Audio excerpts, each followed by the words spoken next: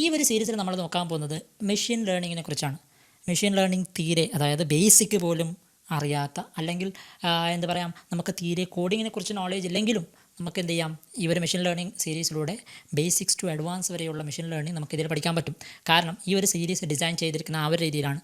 തീരെ കോഡിംഗ് അറിയാത്ത, അല്ലെങ്കിൽ നമുക്ക് എന്താണ് മാത്സിനെ കുറിച്ച് ഞാൻ പറയുന്ന, അതായത് അഡീഷൻ മൾട്ടിപ്ലിക്കേഷനെ കുറിച്ചല്ല, ഐ മീൻ ഈ ഒരു മെഷീൻ ലേണിങ്ങിൽ വരുന്ന ചില മാത്തമാറ്റിക്കൽ കോൺസെപ്റ്റ്സ് ഉണ്ട്. അപ്പോൾ അതൊന്നും അറിയാത്ത ഒരാൾക്ക് എങ്ങനെ നമുക്ക് മെഷീൻ ലേണിംഗ് പഠിച്ചെടുക്കാം എന്നുള്ള ഒരു സീരീസാണ്. അപ്പോൾ ഇതിൽ നമ്മൾ ഒബ്വിയസ്ലി ആർട്ടിഫിഷ്യൽ ഇൻ്റലിജൻസ് അല്ലെങ്കിൽ മെഷീൻ ലേണിംഗ് എന്ന് പറയുമ്പോൾ നമുക്ക് കോഡിംഗ് അറിഞ്ഞതുകൊണ്ടോ അല്ലെങ്കിൽ ആൽഗോരിതം മാത്രം അറിഞ്ഞതുകൊണ്ടോ നമുക്ക് ഈ ഒരു മെഷീൻ ലേണിംഗ് ക്രാക്ക് ചെയ്യാൻ പറ്റണമെന്നില്ല.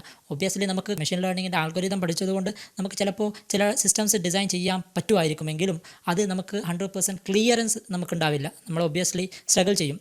But if you understand the mathematics behind machine learning, machine ലേണിങ്ങിൻ്റെ ബാക്കിലുള്ള മാത്സ് പഠിച്ചാൽ ഒബ്വിയസ്ലി നിങ്ങൾക്ക് നിങ്ങൾ ചെയ്യുന്ന ഡിസൈൻ അല്ലെങ്കിൽ നിങ്ങൾ ചെയ്യുന്ന സൊല്യൂഷനെ കുറിച്ച് ക്ലിയർ ആയ ഒരു അണ്ടർസ്റ്റാൻഡിങ് ഉണ്ടായിരിക്കും. അതുകൊണ്ട് തന്നെ നമ്മൾ ഈ ഒരു മെഷീൻ ലേണിംഗ് പഠിക്കുമ്പോൾ ചില കാര്യങ്ങൾ നമ്മൾ അറിഞ്ഞിരിക്കണം ആസ് എ റിക്വയർമെൻറ്റ്. അതിനുശേഷം നമുക്ക് എന്ത് ചെയ്യാം, ഓരോന്നായി ഓരോ സ്റ്റെപ്പ് ബൈ സ്റ്റെപ്പായിട്ട് നമുക്ക് എന്ത് ചെയ്യാം, കോൺസെപ്റ്റുകളെ കവർ ചെയ്തുകൊണ്ട് വരാം. അപ്പോൾ ഒരു മെഷീൻ ലേണിംഗ് പഠിക്കാൻ വേണ്ട റോഡ് മാപ്പ് ഈ ഒരു സീരീസിൽ ഏത് രീതിയിലാണ് നമ്മൾ ഡിസൈൻ ചെയ്തിരിക്കുന്നത്, ആ ഒരു റോഡ് മാപ്പ് നമുക്ക് നോക്കാം. അപ്പോൾ മോസ്റ്റ് ഓഫ് ദ ടൈം എന്താണെന്ന് വെച്ചാൽ, ഈ ഒരു മെഷീൻ ലേണിംഗ് പഠിക്കുന്നതിന്, അതായത് പഠിക്കണമെന്ന് ആഗ്രഹിക്കും, പക്ഷേ നമ്മുടെ ആ ഒരു സ്റ്റാർട്ടിങ്ങിൽ തന്നെ നമ്മൾ എന്ത് ചെയ്യും, ഫെയിലായി പോകും.